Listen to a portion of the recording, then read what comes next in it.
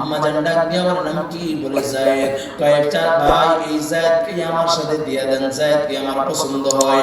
যায়েদকে নিয়ে আমার নবীর সামনে দাঁড়ায় যায়, বলি ইয়া রাসূলুল্লাহ ইয়া হাবিবাল্লাহ, ওগো নবীজি আপনি দিনভর মানুষের দুয়ারে দুয়ারে যায় দ্বীনের দাওয়াত দেন। ওগো নবীজি আপনি দিনভর মানুষের কাছে তাওহীদের দাওয়াত দেন। নবী আপনার উপরে কত আঘাত আসে, আপনার একজন সফর সঙ্গী দরকার। আমি খাদিজা এই গোলামটাকে হাদিয়া পেয়েছি, এই গোলামটাকে আমি হাদিয়া পাইলাম, আমি আল্লাহর নবীকে হাদিয়া দিয়ে দিলাম। নবী চেহারার দিকে তাকাইয়া ডাক দিয়ে আমার নাম কি বলে যায়েদ। কই যায়েদ যাও যাও, আমি মুহাম্মদুর রাসূলুল্লাহ আযাদ কইরা দিলাম। সুবহানাল্লাহ কইতে নবী আবার কয় যায়েদ তোমাকে আযাদ কইরা দিলাম। যায়েদ বলে গোলাম আযাদ করে দেয় এই কোন সাধারণ মানুষ হতে পারে না, যে গোলাম আযাদ করে দেয় তার দরবার ছাইরাও আমি যাইতে পারি না। নবী দরবারে থাকতে লাগলেন। কিছুদিন পর যায়েদের গার্জিয়ান, যায়েদের বাবা উট বকরি নিয়ে যায়েদকে সারাইবার জন্য আসলেন। ডাক দিয়া বলে আব্দুল্লাহর বেটা মুহাম্মদ, উট বকরি নিয়ে আসলাম, আমার সন্তানকে দিয়া দাও, আমার সন্তানকে আমি নিয়ে যেতে চাই। আল্লাহর নবী কয় নিয়ে যাবো, আগে আযাদ করে দিয়েছি, উট বকরি লাগবে না। যায়েদের হাতটা ধরে টানে, কয় যায়েদ চলো চলো বাড়িতে চলো। যায়েদ মাথা টানছির দিকে দিয়া চোখের পানি ছেড়ে কয় বাবা জন্ম দিতে পারো, কিন্তু আমি তোমার সাথে যাইতে পারি না। ও বাবা তুমি আমার বাবা হইতে পারো, আমি তোমার সাথে যাইতে পারি না। এ বাবা আমি যে ঘরে আছি এটা হলো মুহাম্মদুর রাসূলুল্লাহর ঘর, এই ঘরে কোরআন নাযিল হয়, এই ঘরে জিবরাইল আমিন হাজির হয়। রে বাবা তুমি আমার বাবা হইতে পারো, কিন্তু আমি দরবার ছাইরা এই ঘর ছাইরা যাইতে পারি না। নিরুপার হইয়া যায়েদের বাবা যখন চলিয়া যায়, আল্লাহর নবী যায়েদের হাতটা ধইরা বাইতুল্লাহর সামনে দাঁড়াইয়া নাম দিয়া বলে এ মক্কার লোকেরা শোন, আজ থেকে যায়েদকে গোলাম বইলা গালি দিবা না। আমি মুহাম্মদুর রাসূলুল্লাহ ঘোষণা করে দিলাম, যায়েদ হইল আমার সন্তান, আমি যায়েদের পিতা, যায়েদ হইল আমার সন্তান। জোরে বলো সুবহানাল্লাহ। এই কলিজার টুকরা যুবক, আজকে যুবক আর প্রবাসী তোমাদের উদ্যোগে মসজিদ মাদ্রাসার যৌথ উদ্যোগে আজকের মাহফিল। ও কলিজার টুকরা যুবক একটু তিলের কাঁটা লাগায়া দাও। আজকে তো ইন্টারনেট আর ফেসবুক আর ইউটিউবের ভিতরে পইরা মুরব্বিদেরকে মানো না, মুরব্বিদের কাছেও যাও না। এই যুবক কোনদিন আল্লাহর নবী তোমার কাছে এসে বলবে না তুই আমার মহব্বতের, আবু বকর এসে বলবে না তুই আমার ভালোবাসার, ওমর বলবে না তুই আমার সন্তান, আল্লাহর নবী যায়েদের মতো হাতটা ধইরা বলবে না তুই আমার পরিবারের। ও কলিজার টুকরা যুবক, এই সময় যদি কোন ওয়ারিস নবী যার সিনার ভিতরে ইলম আছে, এমন কোন ওয়ারিস নবী যদি তোরে ডাক দিয়া বলে তুই আমার মহব্বতের, তুই আমার ভালোবাসার, আমি তোকে মহব্বত করি, তুই আমার কলিজার মানুষ, তাহলে আল্লাহর কসম করে বলে যাই এই মহব্বতটাও কাল কিয়ামতের ময়দানে নাজাতের জরিয়া হইতে পারে, ঠিক কি না? এই জন্য যুবক উলামায়ে কেরামের সাথে সম্পর্ক রাখবা, উলামায়ে কেরামের সাথে প্রেম ভালোবাসা রাখবা। মাদ্রাসার সুপার আছে, মাদ্রাসার প্রিন্সিপাল সাহেব আছেন, মাদ্রাসার ওস্তাদ যারা আছেন তাদের সাথে সম্পর্ক রাখবা, কারণ এই ভালোবাসাটা কাল কিয়ামতের ময়দানে নাজাতের জরিয়া হয়ে যাবে। নবী আমার বলেন ইন্নাল উলামা ওয়ারাসাতুল আম্বিয়া ওয়া ইন্নাল আম্বিয়া লাম ইউরিসু দিনারান ওয়ালা দিরহামান।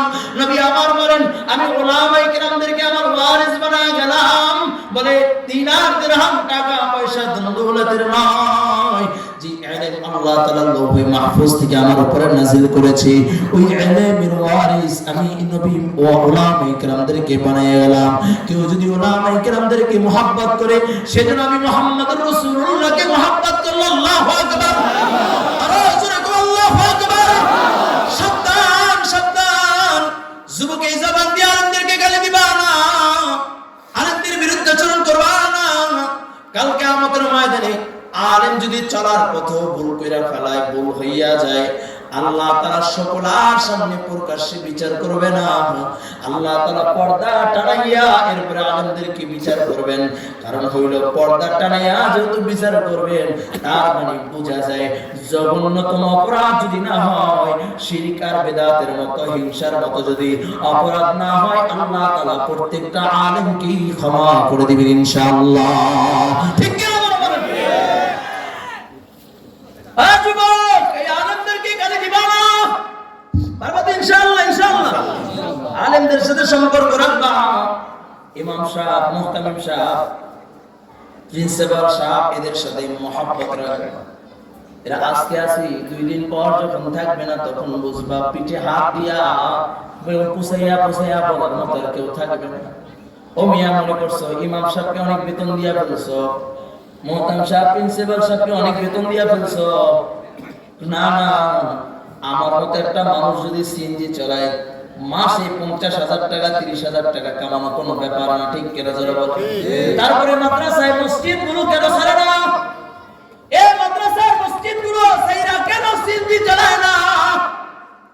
কেন অন্য কোনো চাকরি বা অন্য কোনো আয় রোজগারের দিকে বাগিয়ে না? এর কারণ কি জানো নি? যদি মসজিদ আর মাদ্রাসার দায়িত্বগুলো যদি সাইরা দেয়, তাহলে তুমি আমি কুত্তার মতো মহিলা থাকবো, ধরার মতো কেউ থাকবে না। ঠিক কি না? দেখো না, 2019 সাল যখন ইউরোপ, আমেরিকা, ইটালির ভিতরে এই সমস্ত জায়গায় যখন করোনায় আক্রান্ত হয়ে মানুষগুলো মারা যাচ্ছে, আর আমার দেশের উলামায়ে কেরাম বলেন, যখন তাদেরকে আগুনে পোড়াইয়া দেয়, নয়তো বা এরকম মাটি চাপা দিয়ে রাখা দেয়, কোনো গোসল নাই, জানাজা নাই, দাফন নাই, কাপড়ের কাপড় পরা না, তখন আমার দেশের উলামায়ে কেরাম বলেছিল, আমার দেশের মুসলমান বিনা জানাজায় মারা যাবে, বিনা গোসলে দাফন দেওয়া হবে, এই সুযোগ হবে না। এই জন্য আমরা আমাদের পরিবারের মহব্বত রেখা, মা বাবার ভালোবাসা ত্যাগ কইরা, সন্তানের ভালোবাসা ত্যাগ কইরা তোমার জানাজা পড়েছি, তোমাকে গোসল দিয়েছি, তোমার জানাজা পড়া অন্ধকার কবরে তোমাকে কাপড় পরায় রাখছি। ঠিক কি না জানো? এরপরেও কি বুঝে আসে না? এরপরেও উলামায়ে কেরামদেরকে গালি দাও। আফসোস, আফসোস, আফসোস। এই উলামায়ে কেরাম যদি মসজিদ মাদ্রাসার দায়িত্ব ছাইরা দিত, আল্লাহর কসম করে বলে যায়, তাহলে তোমার আমার মৃত্যুটা কুত্তা শুয়ারের মতো হইতো, ধরার মতো কেউ থাকতো না। ঠিক কিনা? রাত 3টা 4টার দিকেও যদি ফোন দেওয়া হয়, হুজুর বাবা কেমন জোরে করতেছে, একটু তওবা করার দরকার, শীতের রাতে উঠে দৌড় দিয়া তোর বাবার কাছে যায়, তোর বাবার লাশের পাশে যায় সূরা ইয়াসিন পড়ে, তোর বাবাকে যায় কালিমা পড়ায়, তোর বাবাকে যায় তওবা পড়ায়। উলামায়ে কেরাম সাবধান, হাতে ধরে পায়ে ধরে আল্লাহর কসম করে বলে, যদি কোনো ব্যক্তি উলামায়ে কেরামদেরকে গালি দেয়, উলামায়ে কেরামের বিরুদ্ধাচরণ করে, তাকায় দেখবেন লেখা রাখেন মৃত্যুর সময় আর কালিমা নসিব হবে না, কালিমা নসিব হবে না। ঠিক কি না? সাবধান। আল্লাহ আমাদেরকে বোঝার ও আমল করার তৌফিক দান করুন। সবাই আমিন। আর জোরে বলো আমিন। আমার নবী সরকারে দু আলম নবী যায়েদকে ডাক দিয়ে কয়, যায়েদ তুই আমার সন্তান, আমি তোর পিতা, তুই আমার সন্তান। মক্কার লোকদেরকে ডাক দিয়ে কয়, ও মক্কার লোকেরা, যায়েদকে গোলাম বইলা গালি দিবা না, আমি মুহাম্মদ রাসূলুল্লাহ যায়েদের পিতা। ওই যায়েদের ঘরে আল্লাহ তার একটা সন্তান দিয়েছেন, নাম হলো ওসামা। ওসামাকে আল্লাহর নবী মহব্বত করেন। যত সন্তান তো বলেন নাতিদের সাথে, সন্তানের সাথে সম্পর্ক বড় ভালো। আজবাক কেমন সম্পর্ক জানো নেই? আজকের ঘটনা একটা শুনি, বাস্তব ঘটনা। আমি যখন আসতেছিলাম, আমার বাবা আমার গাড়িতে আসছে, বাড়িতে যাবে। আমি আমার বাবাকে পদ্মা সেতু পার করে 5 পর্যন্ত নিয়ে আসছি। নিয়ে এসে গাড়িতে উঠাই দিব। আমি কিছু খাবার প্যাকেট করে নিয়ে আসছিলাম গাড়িতে বাবার খাওয়ার জন্য। বাবা কয়, না না, এই খাবারগুলো আমার দিস না, বাড়িতে নাতিগুলো আছে, ওদের মুখে একটু তুইলা দিবি। দাদা নাতির সম্পর্ক, আর এই সমাজে কিছু সন্তান আছে, ওই দাদার থেকে নাতিদেরকে আলাদা কইরা কাজের বুয়ার হাতে সন্তানকে তুইলা দেয়। আছে কিনা? কয় বাবা, বাবা আমাকে বৃদ্ধাশ্রমে পাঠাইয়া ঘরের ভিতরে মস্ত ফ্ল্যাটে থাকি, বলে কাজের বুয়াই না, এরপর সন্তান লালন পালন করাও। কয় তোমার মা এবং তোমার বাবার হাতে তোমার সন্তানকে দিয়ে দাও, কাজের বুয়া লাগবে না, তোমার সন্তান নিরাপদ থাকবে, এর থেকে নিরাপদ স্থান আর হতে পারে না। ঠিক কিনা? বৃদ্ধাশ্রম তুমি পাঠাও তোমার বাবাকে মাকে। আর এই পৃথিবীতে সবচেয়ে অমূল্য রতন, সবচেয়ে দামি সম্পদ হলো মা আর বাবা। ঠিক কেন? যারা মা বাবা নাই জিজ্ঞেস করো যে ভাই আপনার মা তো নাই, আপনার পৃথিবীটা কেমন লাগে? তবে শূন্য শূন্য, খালি খালি লাগে। মায়ের কিছু নাই, মা প্যারালাইসিসের রোগী, মা প্যারালাইসিসের রোগী, তারপরও বিছনায় শোয়া, বিছনায় প্রসাব পায়খানা করে, এরপরও মা থাকাটাই হলো না। ঠিক কিনা? আল্লাহর নবী বিচ্ছুর হাকিকত দেখার জন্য নৌকা ভাড়া করে বিচ্ছুর পিছে পিছে ছুটতেছে, আর চোখের পানি ছেড়ে ছেড়ে কান্না করে আর বলে আল্লাহ তাআলা আমার নদী পারাপারের জন্য